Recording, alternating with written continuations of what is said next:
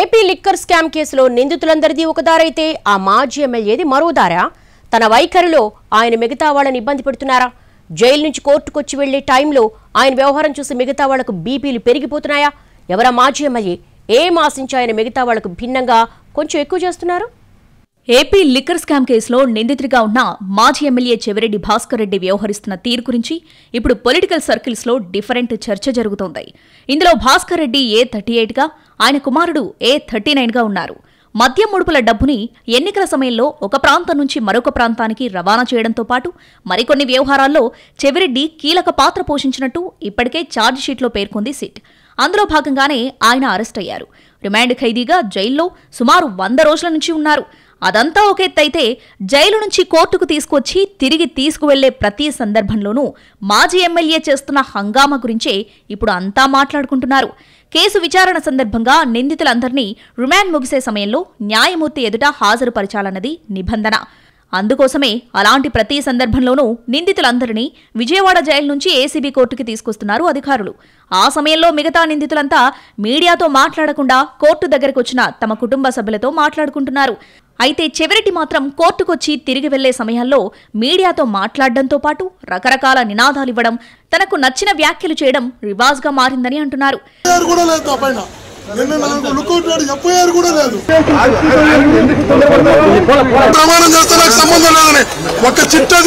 చివరికి ఇది సిట్ అధికారులకు కూడా తలనొప్పిగా మారిందట.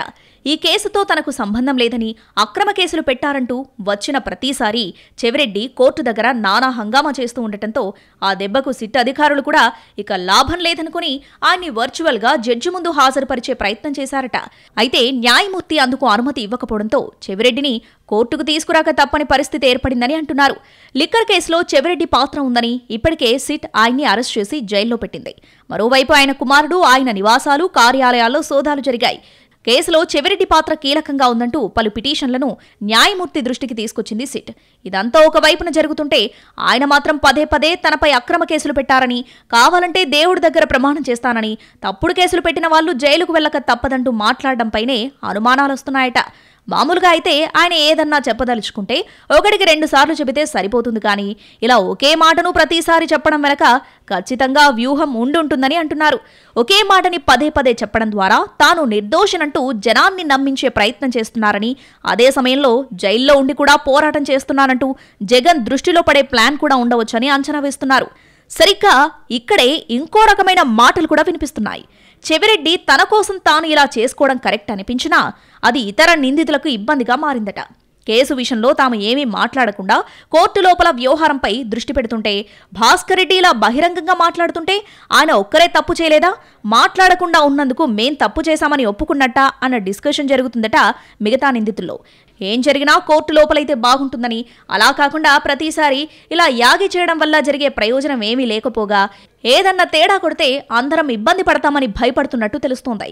ఇదేం రచ్చ అన్న చర్చ అటు వైసీపీ వర్గాల్లో జరుగుతుందట. చెవిరెడ్డి నినాదాల్ని, ఆయన మాటల్ని తాడేపల్లి హెడ్ ఆఫీస్ వింటుందో లేదో మరి.